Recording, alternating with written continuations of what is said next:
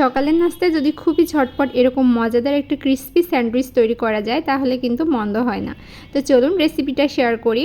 প্রথমে এখানে কিছু শসা কুচি এবং গাজর কুচি করে নিয়েছি, আর একটা ডিম আমি এরকম ছোট ছোট স্লাইস করে কেটে নিয়েছি। এরপরে যে সসটা দেখছেন এই সসটা কিন্তু আমি হোমমেড বাসায় তৈরি করেছি। আপনারা চাইলে অবশ্যই আমি সসের ভিডিওটাও শেয়ার করব। তো এই তো এবার হচ্ছে সমস্ত উপকরণগুলো মিক্স করে একটা সাইডে রেখে দিয়েছি। এরপরে আমি ব্রেড নিয়ে নিয়েছি, আর আমি কিন্তু ব্রেডের সাইডের অংশগুলো কাটি নাই, সাইডের অংশটা রেখে আমি এরপরে হচ্ছে মিশ্রণটাকে দিয়ে এরপর আরেকটা ব্রেড দিয়ে এভাবে সেট করে নিয়েছি। এই তো সমস্তগুলো তৈরি করে নিয়েছি। এবার অন্য একটা প্যানে আমি একটু ঘি, দেখতে পাচ্ছেন ঘি গরম করে নিয়েছি সামান্য। এরপরে হচ্ছে ব্রেডগুলোকে দিয়ে দেবো। এবার হচ্ছে একদমই একটু নিম্ন আছে আমি 5 মিনিটের মতো এটাকে আমি একটু উল্টে পাল্টিয়ে দিয়েছি। আর এই তো দুই সাইডে যখন এরকম একটু ক্রিস্পি টাইপের হয়ে আসবে এই পর্যায়ে আমি নামিয়ে নেব।